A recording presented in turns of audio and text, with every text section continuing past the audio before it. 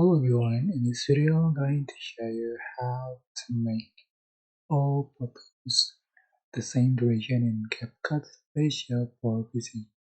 So before you add the photos, you have to adjust for the image duration. So go to menu and select settings, select edit, and here appears the option of image duration. Just set for the duration. For example, I set up to second for one image or one photo and just click save.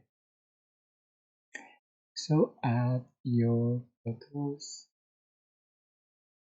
and you can see for one photo that it had 2 seconds. Alright, that's it. I hope this tutorial was helpful for you. Don't forget to like, comment, share, and also subscribe. Thank you so much for watching.